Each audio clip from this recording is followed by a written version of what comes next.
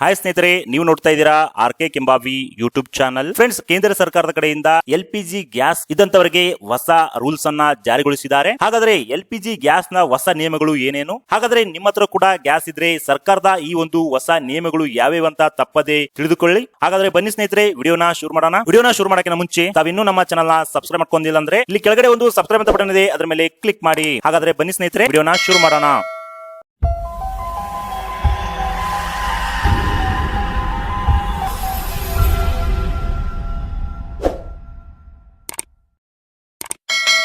ಹೌದು ಸ್ನೇಹಿತರೆ, ಗ್ಯಾಸ್ ಇದ್ದಂತವರಿಗೆ ಸರ್ಕಾರದ ಕಡೆಯಿಂದ ಹೊಸ ರೂಲ್ಸ್ ಅನ್ನ ಬಂದಿದಾವಂತ ಹೇಳ್ಬಹುದು. ಸೊ ಗ್ಯಾಸ್ ಇದ್ದಂತವರು ತಪ್ಪದೆ ಈ ಒಂದು ಹೊಸ ರೂಲ್ಸ್ ಅನ್ನ ತಿಳಿದುಕೊಳ್ಳಿ. ಹಾಗಾದ್ರೆ ಈಗ ಹೊಸ ನಿಯಮಗಳು ಏನೇನಂತ ನಾನು ನಿಮಗೆ ತಿಳಿಸ್ಕೊಡ್ತೀನಿ. ಮೊದಲನೇದಾಗಿ ಗ್ಯಾಸ್ ಬುಕ್ಕಿಂಗ್ ದಲ್ಲಿ ಮಹತ್ವದಂತ ಬದಲಾವಣೆ ಆಗಿದೆ ಅಂತ ಹೇಳ್ಬಹುದು. ಏನಪ್ಪಾ ಅಂತಂದ್ರೆ LPG ಸಿಲಿಂಡರ್ ಬುಕ್ಕಿಂಗ್ ನಿಯಮಗಳಲ್ಲಿ ಬದಲಾವಣೆ ಆಗಿದೆ. ಹೊಸ ನಿಯಮ ಏನಂತಂದ್ರೆ ಕಾಳಸಂತೆಯನ್ನ ತಡೆಗಟ್ಟಲಿಕ್ಕೆ ಅಥವಾ ಅನಗತ್ಯ ಸಂಗ್ರಹವನ್ನ ತಡೆಗಟ್ಟಲಿಕ್ಕೆ ಸಾರ್ವಜನಿಕರು ಮೊದಲು 21 ದಿನ ತನಕ ಗ್ಯಾಸ್ ಬುಕ್ಕಿಂಗ್ ದಲ್ಲಿ ಅಂತರ ಇರ್ತಿತ್ತು. ಈಗ ಸರ್ಕಾರ 25 ದಿನ ಅಂತ ಹೆಚ್ಚಿಗೆ ಮಾಡಿದ್ದಾರೆ. ಹೌದು ಸ್ನೇಹಿತರೆ, ಮೊದಲದಾಗಿ ಏನಪ್ಪಾ ಅಂತಂದ್ರೆ ನೋಡುವುದಾದ್ರೆ ಇಲ್ಲಿ ಮೊದಲು 21 ದಿನಗಳೊಳಗಾಗಿ ತಾವು ತಮ್ಮ ಗ್ಯಾಸ್ ಖಾಲಿ ಆಗಿದ್ರೆ ಬುಕ್ಕಿಂಗ್ ಮಾಡ್ಲಿಕ್ಕೆ ಅವಕಾಶ ಇತ್ತು. ಸದ್ಯಕ್ಕೆ ಈಗ ಅದು 25 ದಿನಗಳ ಹೊಸ ನಿಯಮವನ್ನ ಮಾಡಿದಾರೆ ಅಂತ ಹೇಳ್ಬಹುದು. ಇದು ಮೊದಲನೆಯ ಒಂದು ರೂಲ್ಸ್ ಅಂತ ಹೇಳ್ಬಹುದು. ಹಾಗೆ ಈಗ ಎರಡನೇದು ಏನಪ್ಪಾ ಅಂತಂದ್ರೆ ಗ್ಯಾಸ್ ಬೆಲೆಯಲ್ಲಿ ಮತ್ತೆ ಏರಿಕೆ ಆಗಿದೆ ಅಂತ ಹೇಳ್ಬಹುದು. ಗೃಹ ಬಳಕೆಯ ಗ್ಯಾಸ್ ಏನಿತ್ತು ಅದರಲ್ಲಿ 60 ರೂಪಾಯಿ ಹೆಚ್ಚಿಗೆ ಆಗಿದೆ. ಹಾಗೆ ಕಮರ್ಷಿಯಲ್ ಬೆಲೆಯಲ್ಲೂ ಕೂಡ ಬೆಲೆಯನ್ನ ಹೆಚ್ಚಿಗೆ ಮಾಡಲಾಗಿದೆ ಅಂತಾನೆ ಹೇಳ್ಬಹುದು. ಮೂರನೇ ಹೊಸ ರೂಲ್ಸ್ ಏನಪ್ಪಾ ಅಂತಂದ್ರೆ ಮ್ಯಾಂಡೇಟರಿ ಆಗಿ KYC ಮಾಡ್ಕೋಬೇಕು. ಹಾಗೆ ತಾವು ಬುಕ್ಕಿಂಗ್ ಮಾಡುವಾಗ ಡಿಜಿಟಲಿ ಆಗಿ ಮೊಬೈಲ್ ಮೂಲಕ ಬುಕ್ಕಿಂಗ್ ಅನ್ನ ಮಾಡಬೇಕಾಗುತ್ತೆ ಸ್ನೇಹಿತರೆ. ಹೌದು ಸ್ನೇಹಿತರೆ, ಪ್ರಮುಖವಾಗಿ ಮೂರನೆಯ ನಿಯಮ ಅಂತ ಹೇಳ್ಬಹುದು. ತಾವು ತಮ್ಮ KYC ನ ಕಂಪ್ಲೀಟ್ ಮಾಡ್ಕೋಬೇಕು. ಹಾಗೆ ಬುಕ್ಕಿಂಗ್ ಮಾಡುವಾಗ ಕಂಪನಿಯ